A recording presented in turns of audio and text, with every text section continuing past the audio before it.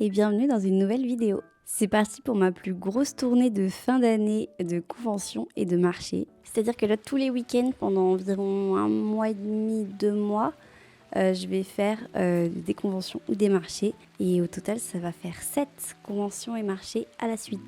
Et 7, c'est sans compter le fait que j'avais déjà un peu repris à la rentrée en septembre avec le Fluctuation Festival où j'ai rencontré l'équipe Pictosaire et ils étaient vraiment chouettes. Par contre, l'événement n'était pas très rentable. Après, j'avais refait la Paris Manga où j'ai testé un photomaton dessiné.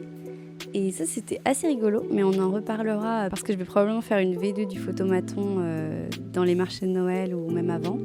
Et j'ai terminé cette première partie avec le Stars Up Festival, qui est un festival autour de l'espace, donc du spatial et de l'aérospatial, où j'ai remis un peu à jour toute la collection spatiale que j'avais fait avec ma mère, et où du coup j'ai refait un stand vraiment sur le thème de l'espace. Et j'ai présenté aussi la petite couverture que j'avais fait pour un catalogue de science-fiction. Je vous mettrai quelques petites images. Bref, j'ai donc entamé déjà cette saison avec quelques événements, mais là on part sur la vraie tournée sérieuse qui va s'enchaîner tous les week-ends. Et du coup, pour vous mettre un peu de contexte, je ne pars donc pas de zéro pour ce stand, puisque j'ai déjà une base de cette année et des premiers événements là que j'ai refaits. Donc j'ai déjà la plupart des choses qu'il me faut pour installer mon stand. Par contre, la question qui va se poser, c'est que 7 de suite, c'est quand même pas mal, et que je suis pas sûre d'avoir le stock qui tienne jusqu'au bout. Donc j'ai fait déjà un petit restock de stickers, et après est arrivé le Black Friday, donc j'ai testé un petit sticker avec Sticker App. Et je pense que le reste du stock, ce sera une partie que je vais laisser s'écouler, et je referai un vrai point en janvier de si je refais ou pas. Et une autre part où je vais essayer de restocker au fur et à mesure, notamment parce qu'il y a encore le Black Friday normalement jusqu'à quasi fin novembre. Du coup, je vais essayer de pouvoir recommander après les premiers événements, donc après la Art to Play et le Hellfest. Comme ça, s'il y a un peu des fonds pour renflouer les caisses, j'essaie de refaire un petit peu de stock pour finir toute la saison, quoi. Octobre, c'était aussi la fin d'un gros projet que je ne peux pas encore vous montrer, mais ça sortira en janvier. Et j'ai aussi bossé sur une nouvelle collection. Une collection que j'ai essayé de vraiment un peu plus soigner et dans laquelle j'ai vraiment essayé d'avoir une petite cohérence, d'introduire des nouveaux petits personnages qui vont revenir, tout en essayant de continuer de le politiser, mais de mettre aussi un petit peu de storytelling. Donc voilà, c'est un peu un premier pas de ce que j'ai envie d'amener pour la suite. Puis j'ai réfléchi un petit peu aussi à la direction que je vais prendre en janvier, un peu quel projet j'ai envie d'amener. Je commence tout doucement à poser mes réflexions sur ça. Enfin, de toute façon, en tout cas pour la nouvelle collection, on va en reparler au fur et à mesure de ce petit vlog. Et cette tournée commence donc par l'Art to Play. L'Art to Play, c'est une de mes conventions préférées jusqu'ici, notamment parce qu'ils mettent vraiment en avant les artistes. Il y a vraiment une section vraiment faite pour ça et que comme ils mettent beaucoup l'accent sur ça, il y a aussi plein de gens qui viennent exprès. Et du coup, ça fait forcément plaisir et en plus de ça, on y retrouve plein d'artistes trop chouettes, donc ça, c'est vraiment super. Par contre, c'est vrai que cette année, ça fait un peu peur parce qu'on sera le double d'artistes sur place et on va changer d'endroit. Et du coup, comme il y a un changement de disposition, qu'il y a beaucoup plus de personnes, donc ça risque de se répartir entre nous de manière différente et potentiellement de faire baisser nos CA. J'imagine que c'est le risque. Et du coup, c'était vraiment la peur que j'avais en y allant, que ce soit super, mais quand même vraiment moins super que les autres années. Pour autant, je pensais quand même que ça allait être bien, donc j'ai pas voulu m'embêter à emmener des portraits. J'aime bien faire les portraits, mais c'est quelque chose qui quand même me demande beaucoup d'attention et de temps. Et j'avais quand même envie d'être présente pour cette convention, donc j'ai décidé de pas emmener ça. Et ensuite, la Art to Play, c'est un stand d'environ 1,20 m, donc j'avais pas envie non plus de prendre toute ma place avec ça. Et j'avais envie de mettre un peu mon travail en avant, donc voilà, c'est un peu ce que j'ai choisi de faire pour cette édition. Par contre, j'avais un petit peu envie de renouveau et de pimper un peu pour l'occasion mon stand. Et du coup, j'ai refait des décorations de stand. Déjà, j'avais envie de refaire une touche de jaune pour aller avec ma nappe. Et du coup, c'est ce que j'ai fait. Et j'avais aussi envie d'introduire les petits personnages que vous allez retrouver dans ma nouvelle collection et que j'ai envie de faire un peu revenir. Donc j'avais envie aussi qu'ils commencent à apparaître sur mon stand, histoire d'annoncer un petit peu tout ça. Et pour écouler un peu la fin d'un stock qui me restait de pins aimantés que j'avais fait à la main il y a quelques années, j'avais envie de les écouler et de réutiliser un peu les petits œufs que j'avais achetés pour la Japan Expo. Donc j'ai testé une autre petite disposition pour réintroduire les œufs sur le stand d'une autre manière et du coup j'ai aussi découpé un petit personnage pour ça. Et franchement les gens se sont plutôt pris au jeu de le faire. Je pense par contre que j'ai vraiment pas mis le prix assez haut. En gros, c'était au bout de 10 € achetés sur le stand. On pouvait, si on me suit, tirer un œuf. Sauf que je pense que 10 € c'est quand même très facilement atteignable. Et je pense que je devrais peut-être augmenter quand même à 15 ou 20 € pour que quand même je sois pas trop à perte avec ce que je mets dans les œufs quand les personnes du coup me le demandent, parce que du coup c'est vrai que là quasiment presque tout le monde pourrait y prétendre et je sais pas si c'est vraiment rentable. Donc voilà, ça se réfléchit et je réfléchis aussi à faire une collection de mini stickers quand j'aurai plus les pins exprès pour les œufs, comme ça ils ont vraiment un petit côté spécial, un petit bonus qu'on ne trouvera pas sur le stand. Je mets pas des petites choses, voilà. Après, ça peut servir sur un peu la fin de stock de stickers ou de petits objets parce que c'est rigolo aussi et des fois je glisse aussi un des objets du stand. Mais avoir une petite collection exprès pour ça, je pense que ça peut être rigolo et j'aime bien l'idée.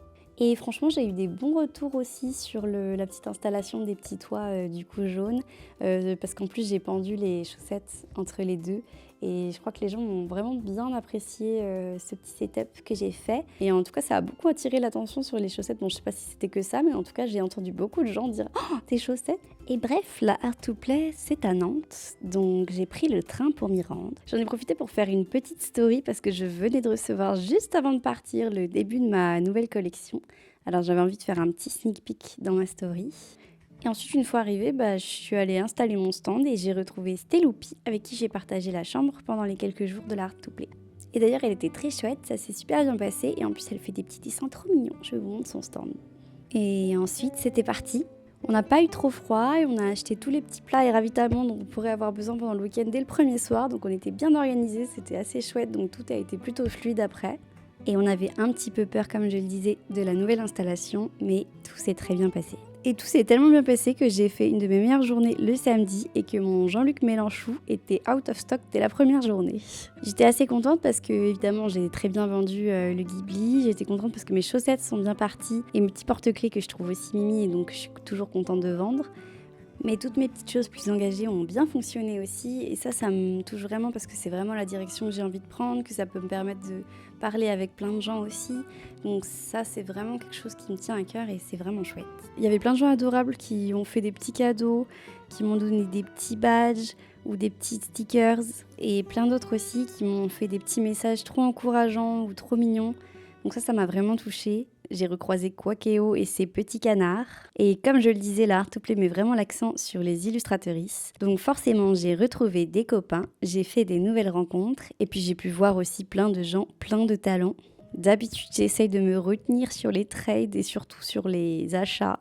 Mais là, j'avoue, j'ai craqué parce que j'avais vraiment très envie de ramener quelques petites choses chez moi et que, en plus, comme ça se passait bien, je me suis permise. Donc voilà.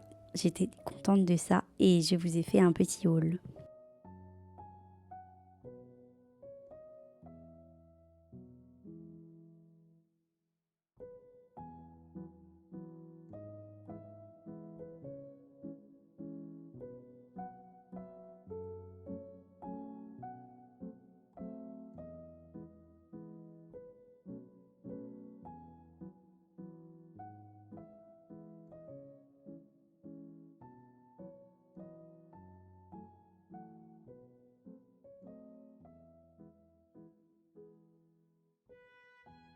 Et puis je suis rentrée.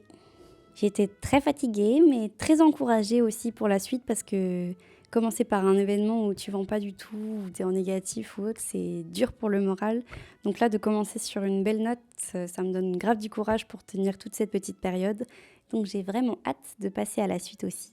Mais là, j'avais hâte aussi en arrivant de me reposer un petit peu. Du coup, j'ai passé une bonne nuit et puis j'ai commencé à faire un point sur mes stocks. Parce que du coup, comme j'ai plutôt bien vendu, il fallait vraiment que je fasse le point sur ce qui me reste et ce qui me reste pas, notamment parce que s'il y a des réductions, il faut que j'en profite assez vite. Donc j'ai commencé par faire le point sur les sticker packs.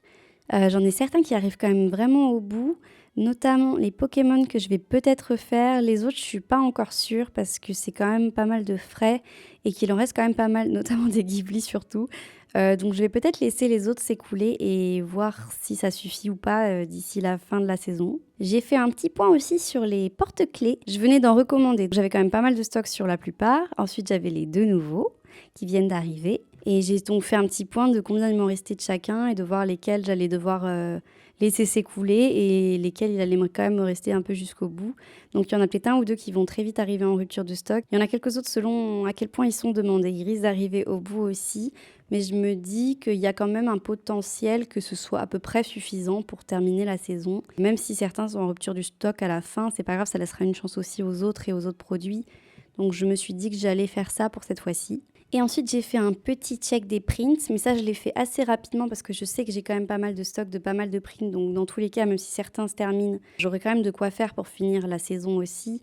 Donc, autant pas engager trop de frais pour l'instant et attendre un peu la suite. Donc, je pense que je vais surtout déjà réimprimer des cartes de visite, quand même vérifier un peu s'il y en a une ou deux que je dois réenflouer, mais je ne pense pas. Et je vais imprimer la nouvelle illustration de ma nouvelle collection qui va arriver bientôt. Il me reste encore une illustration à dessiner, donc j'attends juste de finir celle-là avant de faire cette petite commande. Et il reste ensuite les stickers, où pareil, j'en ai certains qui arrivent déjà au bout alors que j'en avais déjà recommandé, et d'autres qui vont s'écouler, mais comme je viens d'en faire des nouveaux, ça va prendre la place de ceux qui laissent un trou. Et ensuite, comme ça, je pourrai réfléchir tranquillement au fur et à mesure lesquels je réimprime ou non, et si soit j'en fais moins, et si soit je laisse certains s'écouler, soit je prends une petite box en bois de plus et du coup j'en refais certains encore à nouveau. Et là j'ai vu qu'il y avait une autre réduction sur StickerUp, donc j'ai un peu envie de retester sur un autre sticker les petits effets brillants sur des endroits particuliers et on peut vraiment y mettre plein d'effets un peu rigolos, donc peut-être que je vais aussi tenter ça pendant le Black Friday. Parce que là, du coup, j'ai testé sur la petite souris, que oui, du coup, j'ai aussi reçu, pendant que je n'étais pas là, tous les autres nouveaux stickers de la nouvelle collection. Et du coup, ma première expérimentation paillettes de StickerUp, où on peut justement, du coup, choisir des petites parties qu'on met en pailleté et d'autres non. Par contre, j'espérais que les ailes, je crois, soient en pailleté, et je sais pas si ça vient de moi ou d'eux, donc je vais peut-être essayer de les contacter, on verra. En tout cas, je trouve le résultat déjà très mignon, mais si les ailes elles peuvent briller, je dis pas non. Et du coup, peut-être je vais en essayer un autre avec les réductions qui sont en ce moment. On va voir, on va voir. Et puis bah là, on n'a pas le temps de s'ennuyer parce que du coup, on est déjà vendredi. Donc demain, je reprends un nouveau marché. Dans tous les cas, j'ai trop hâte de vous montrer la nouvelle collection dans son entièreté. J'ai déjà posté la première illustration. Il me reste une dernière à faire, plus finir la petite carte de Noël qui va aller avec les stickers. Et après, je pourrai commander et ensuite vous présenter tout ça. Et ça, j'ai bien hâte. Bref, voilà, plein de petites questions qui se posent quand même dans ma tête de est-ce que le stock va suffire, comment ça va se dérouler, comment mon stand va évoluer au fur et à mesure des marchés et des conventions de cette fin d'année. Et surtout, comment je vais tenir au niveau énergie, est-ce que je vais pas avoir trop froid, un peu tout ça, donc je me demande. Et aussi, dès que la collection est terminée, je bosse sur un autre projet aussi à côté, que ça je ne peux pas vous montrer tout de suite, mais qui va être très chouette aussi. Donc ça aussi, j'aurais hâte de vous en parler, mais ce ne sera pas avant 2026. Bref, voilà, je comptais vraiment vous faire une vidéo complète du début à la fin de toute cette petite épopée. Mais en fait, je pense que ça va être beaucoup trop long, donc ça va faire une première petite partie de vidéo. Et puis, on se retrouve pour la suite dans la vidéo d'après.